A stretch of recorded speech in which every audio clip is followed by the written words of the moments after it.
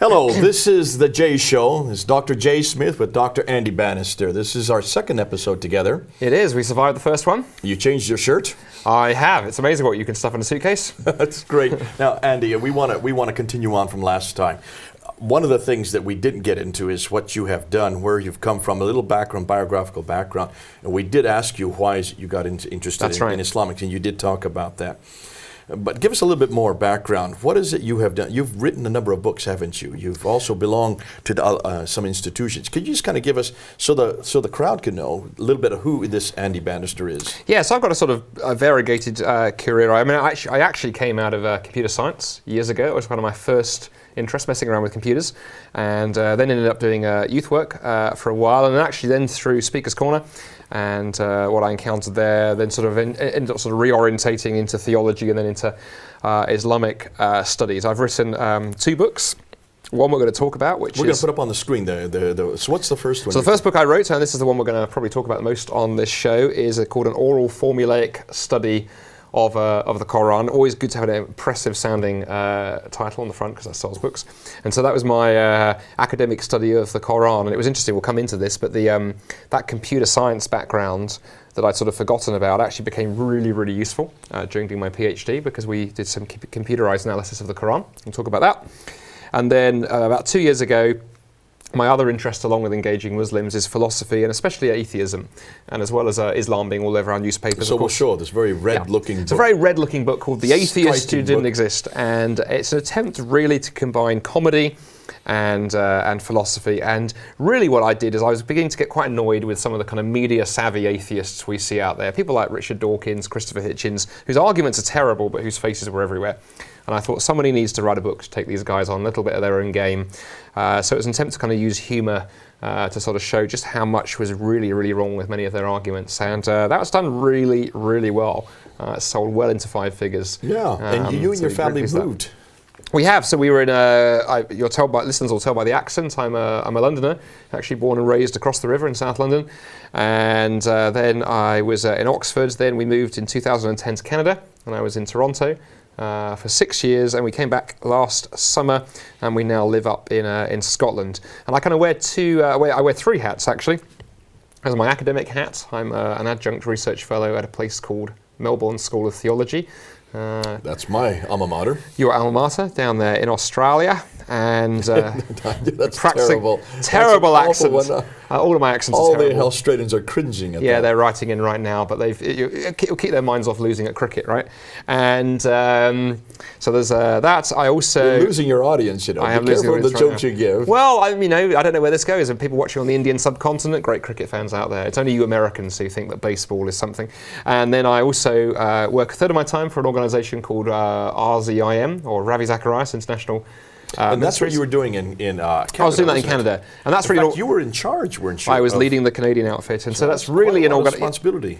Yeah, and that's really an organisation that's just attempts to get the Christian faith out there into the public square. Explain to the crowd, what do you mean when you say out there? What are some of the things you used to do? Yeah, so obviously a lot of the time, sometimes Christians can sometimes be guilty of just sitting in our churches, not actually going out there and talking to and engaging with those who don't share our Christian faith. So I was out there on university campuses, in the media, business forums, politics, you name it. Anywhere where there are people who are thinkers, who are not really Christians, RZAM tries to get out there and engage them. So these are public meetings? Public meetings. We do a lot of things called open forums, for example. So we'll go onto university campus, we'll take a topic. Sometimes it can be a more confrontational one. You know, does God exist? Is the Bible reliable? Sometimes we'll take a sort of more open-ended one. So one of my favourite topics that I've done on a lot of universities around the world is, can life have meaning without God?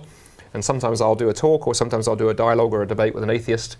And we often get hundreds of people coming out and hearing those. Really to encourage you to think and think about this question as Jay and I proceed. The most important thing is whether the things you believe are true. If you're a Muslim watching this, you know, either Islam is true or it's false. It doesn't matter what your parents believe, what your culture believes, how you were raised. If Islam is true, you should believe it. If it's not true, and however much it may cost you personally, you should still abandon it and follow the truth. Let's be people who seek after truth. That's not always easy, but I think that's what God calls us to do. Now, Andy, in the last episode, we introduced the idea that Islam is really dependent on 2 things. Yes. One book and one man. The book and the man. The book and the man. The book and the man, in this case, it would be the Quran. Yes, that's right. Muhammad. And we're also dependent on 2 things. our book and our man. Now, because of that, we're very close to them. We understand them probably better than any other group. Christians can understand Muslims because we start from the same paradigm. You have decided to take on the book itself. And this is something that you did for your doctoral thesis. That's right. This is what you have in the book that you've just introduced. And this is what we now want to move over to. If every Muslim is dependent on these two things. Now remember, for Muslims, this is much more important than it is even for us as Christians, because though we have a book and a man, we also have a relationship with Jesus Christ, a personal relationship that Islam doesn't have. That's correct. So if you confront the book and their man, the Quran and Muhammad, you're confronting their whole foundation.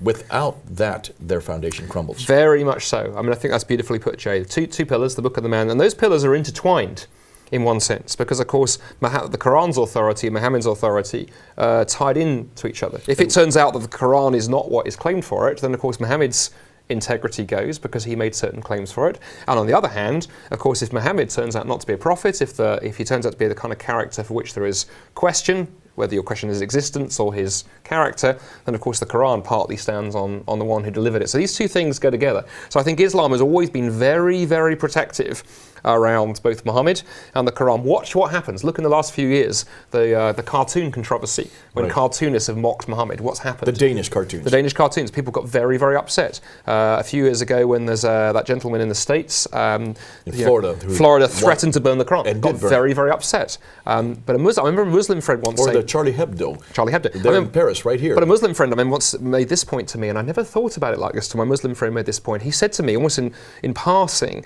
he said, I don't care what you say about Allah, but you do not attack my Quran, you don't attack my Prophet. And I'm going home thinking, look, if God is God, surely you should be concerned about attacks on him. And I found myself thinking, no, it's the book and the man.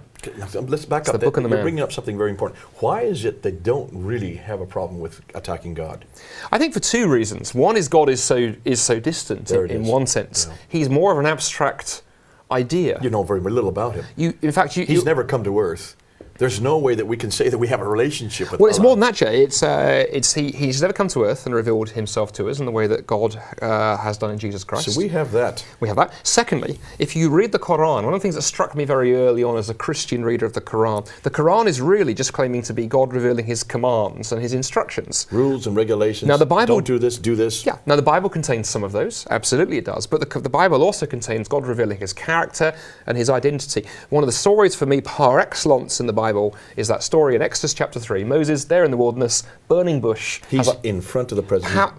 With God. And what does God reveal to him? Yes, he reveals an instruction. I want you to go and, take my people out of servitude to Pharaoh. But he also reveals his personal name, Yahweh. Turn to the Quran, and there are echoes of that story. That story does turn up, but in a very sort of cannibalized form. But that key moment where God reveals his very own name has gone. God's been pushed to a distance. Missing. So in a sense, I think for Islam, criticizing Allah, raising questions about Allah, it's sort of distant and remote. On the other hand, the Quran is... Another example that we use this all the time.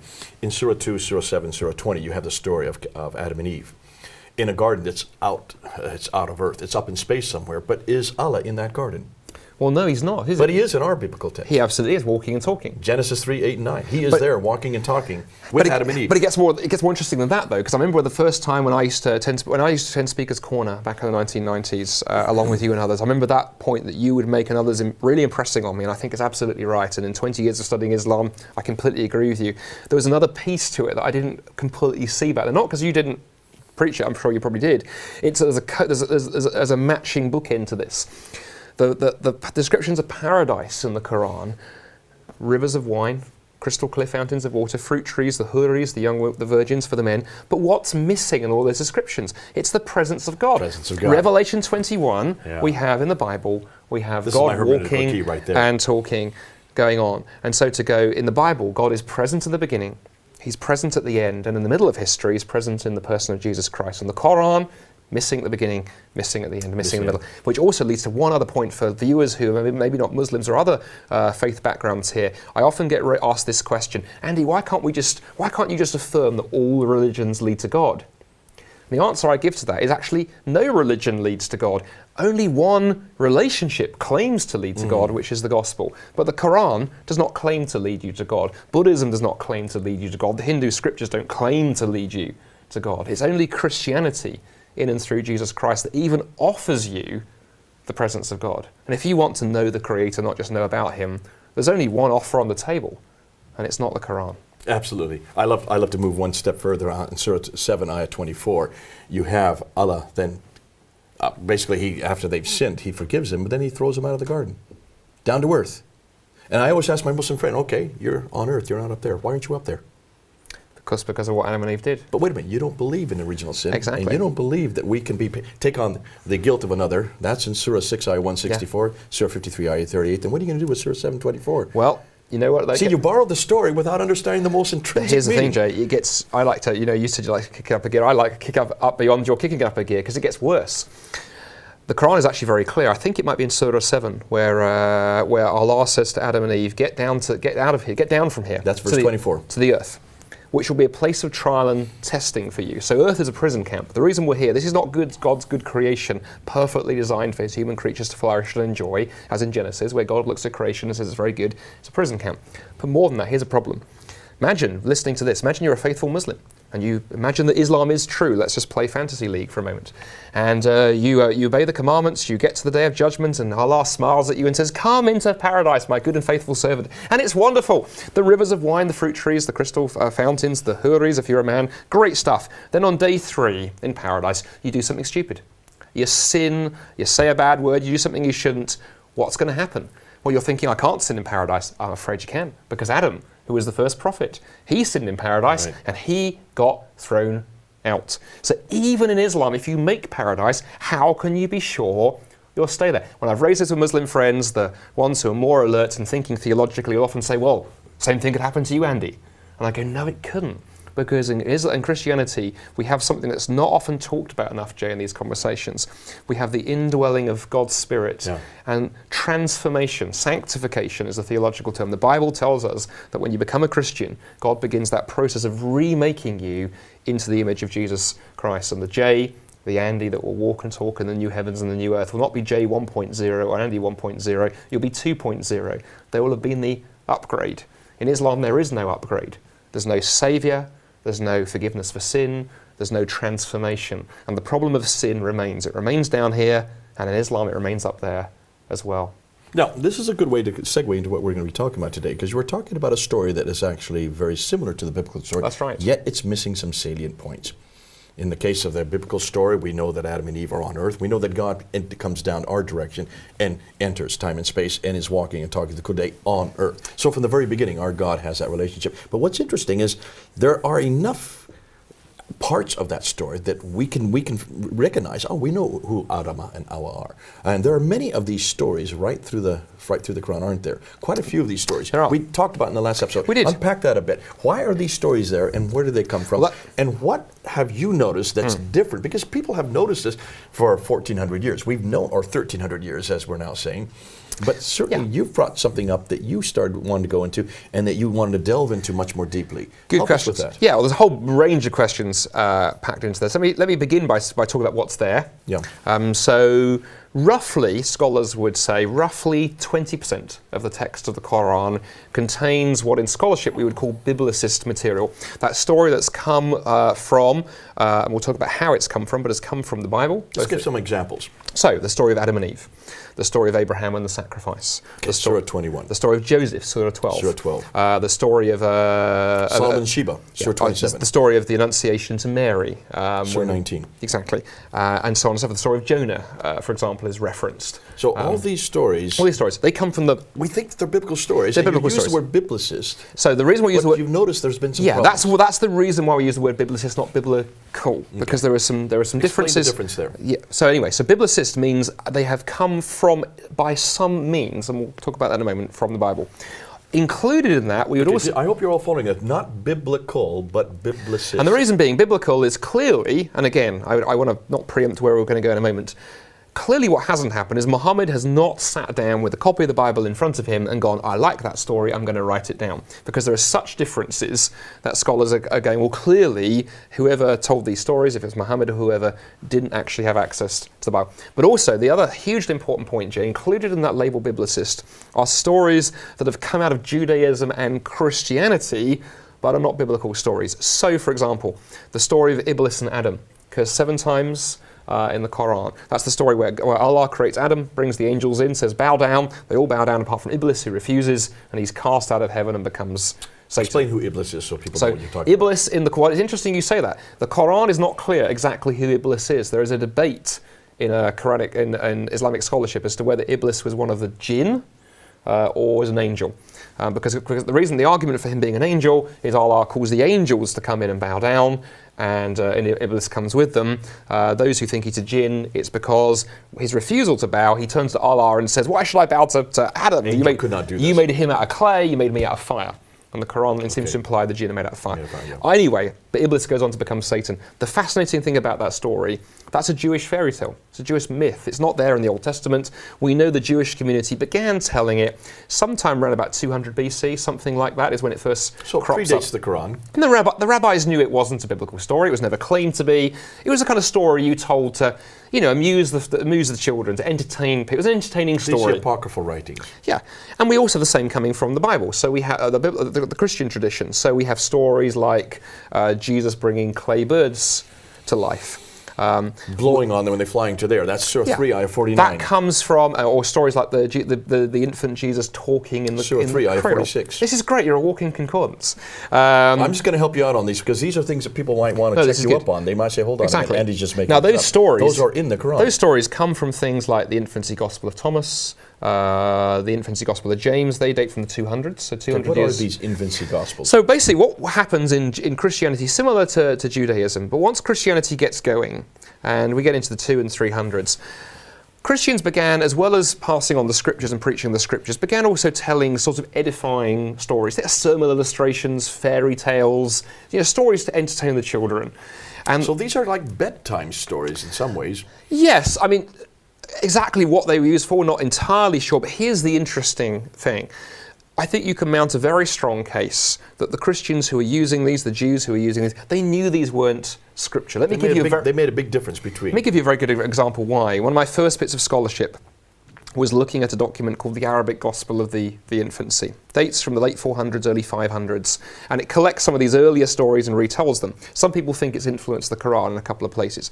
Here's what's fascinating. When the author of the Arabic Gospel of the Infancy quotes those apocryphal books, he does so very loosely. He paraphrases.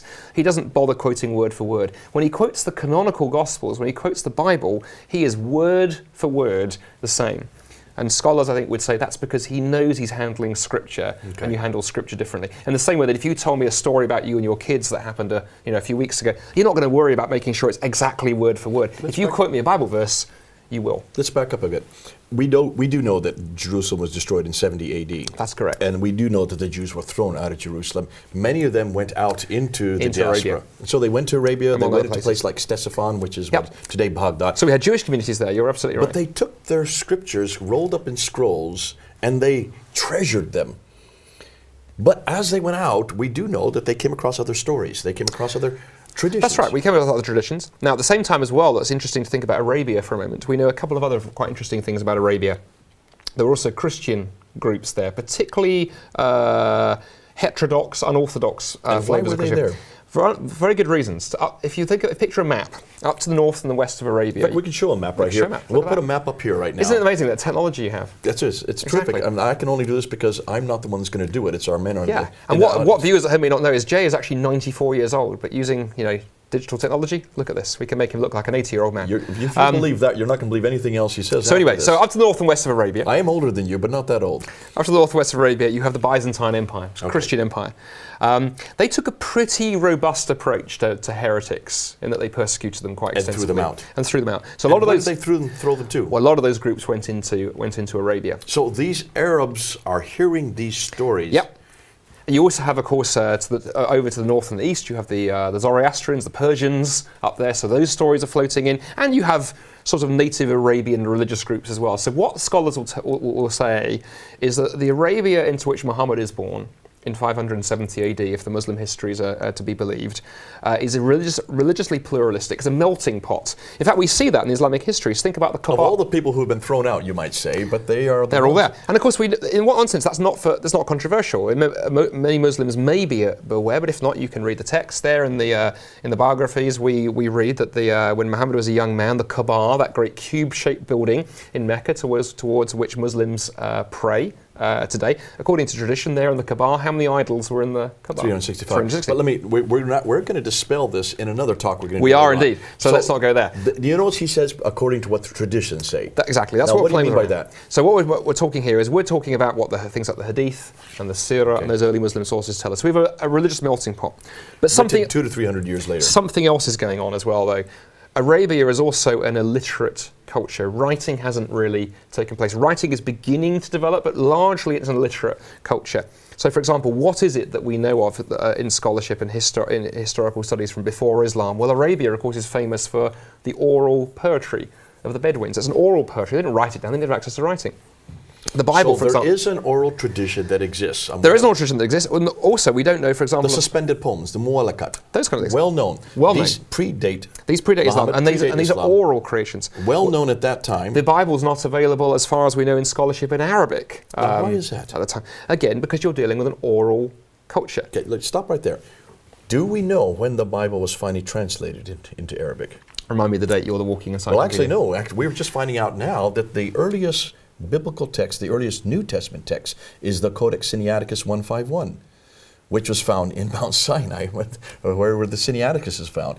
They've just now found it and looked at it, and they find they're dating this to 687. So there you go. So the late 7th century, long after Muhammad's dead, we have the earliest text of the New Testament that has been translated into Arabic. I just want to put one other thing just for people to hear this. Do you know what the name of Jesus is in that? I'm going to guess Isa. Nope. No. Yeshua. Yeshua. Interesting. Stop and think. Yes. Why is it that the Christians were still using Yeshua as late as 687?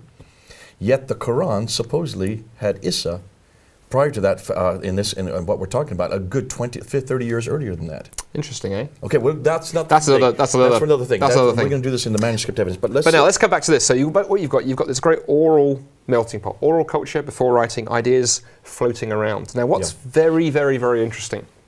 There's been an incredible amount of work done on how oral cultures operate. In fact, there's a whole school of scholarship known as oral traditional studies. Because one of the things that first intrigued me when I first began talking with Muslims in the late 1990s, I would have Muslim friends come to me and say, look, it's easy, right? The Quran is a miracle because Muhammad was illiterate. You know, the Quran claims he's illiterate. The Quran allegedly claims he's illiterate. The Muslim tradition allegedly claims that he does. And of course, Muslims who are a bit more well-read would say, you know, Arabia is an oral culture. And here's this, beautiful work of literature. Aha! It must be a miracle. And when you first hear that argument, when I first heard that argument, you'll get it all the time. In fact, we're still getting it. There you go. I remember thinking, well, actually sounds quite impressive. All of those steps line up. It sounds quite impressive. There is a glaring problem in that argument. It took me a couple of years to see, and it's this. We know of other oral cultures from which we have descended incredibly sophisticated works of literature. Most famously in the Western tradition, Homer, not the little yellow guy on The Simpsons, the Greek poet who wrote the Iliad and the Odyssey, the two founding works of Western literature. He lived before writing, long before writing. How was he able to compose these great poems without access to being able to write? And the answer is we know that work has been done, and he did it in exactly the same way that I think the author of the Quran did it. Okay, explain that. I was waiting for you to, I'm not going to. This is now. We're now really getting to the fruit, the nut, the kernel of what you really did get to. So let's unpack this. I hope you're all following this because this is really where Andy now has really. You've done this. Really, you're the first to do this. No, I don't think anybody else. I don't think anybody has. No. So what happened? So let's just let's back up and talk about Homer for a minute or so. Explain who Homer is. So Homer, as I say, Homer was a Greek poet who lived long before writing was invented, and as I say, there were two very famous poems that Homer wrote: the Iliad and the Odyssey. So this is long before Aristotle. Long before Aristotle, those guys, exactly. In fact, the whole of really kind of Greek literature was based on. It was influenced by him, and in fact, of course, he's influenced Western. Do we know his dates? Culture and so forth. Sometime around about potentially the second millennium BC. Possibly even earlier. There's questions about his exact dates, but key thing is he exists before writing. Before writing has been invented. By analysing his works, a number of scholars discovered a fascinating feature. Built into Homer's poems are these short repeated phrases that are used time and time again. In fact, the term we use for them in oral traditional studies is formulae.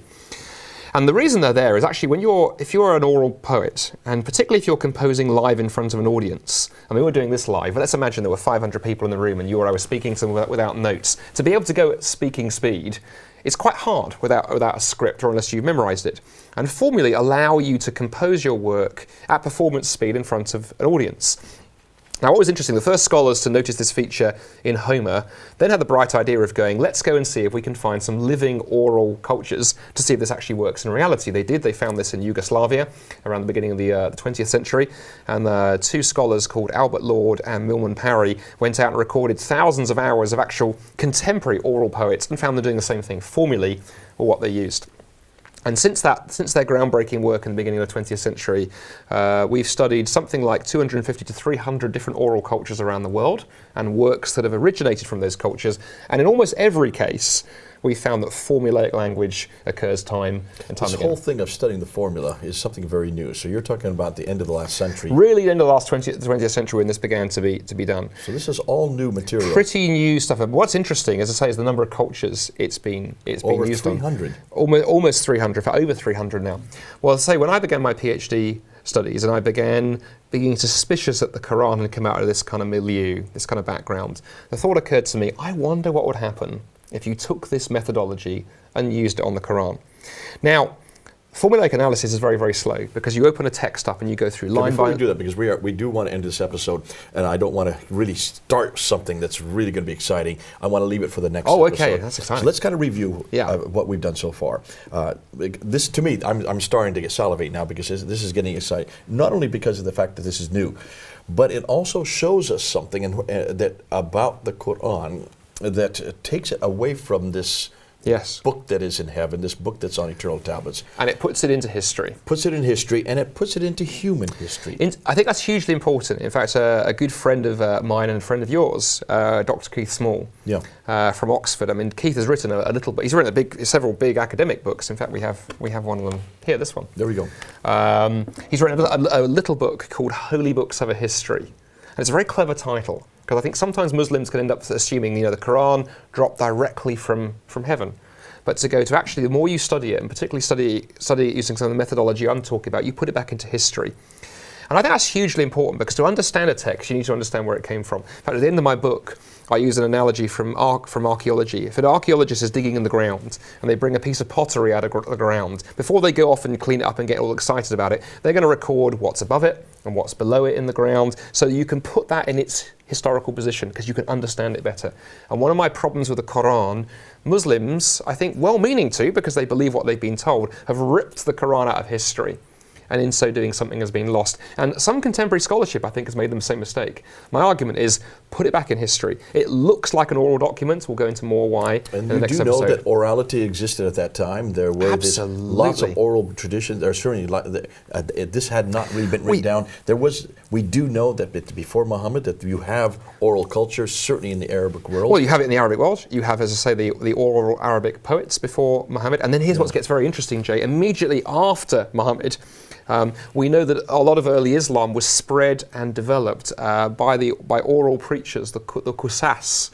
They turn up on the pages of the... These are storytellers. Storytellers. They turn up on the pages of the hadith and the biographies. And in fact, what's interesting is about 100 or 200 years after Muhammad, as Islam is becoming more of a literary culture, then there's an attempt by the authorities to clamp down on them, and you can find this in the historical So you have record. Orality before Muhammad, you have orality after Muhammad. We're going to then pick up the next episode. We're going to look at that, and we're going show how the Quran fits right in. So you're putting it in history. You're also showing that this. But you're going to show us an awful lot of just how oral it is. Very, very oral. How many formulas are. That's going to be in the next subject. And human fingerprints all over it is what we're going to show. Thanks so much, Andy. It's been good to have you here. This is something that you've not heard before. This is new. It's going to disturb some of you Muslims because what Andy is doing, he's taking it away from this traditional view, this orthodox view, that the Quran is above criticism, that it has always existed. It's this uncreated tablet in heaven that was sent down piecemeal over a period of 22 years to this man named Muhammad. He's going to show you that actually it's much, much more sophisticated than that. It's much more intrinsic than that. It has very little to do with God, and it has everything to do with man. Well, this is Jay and Andy, the two paradox right here in London. Over and out.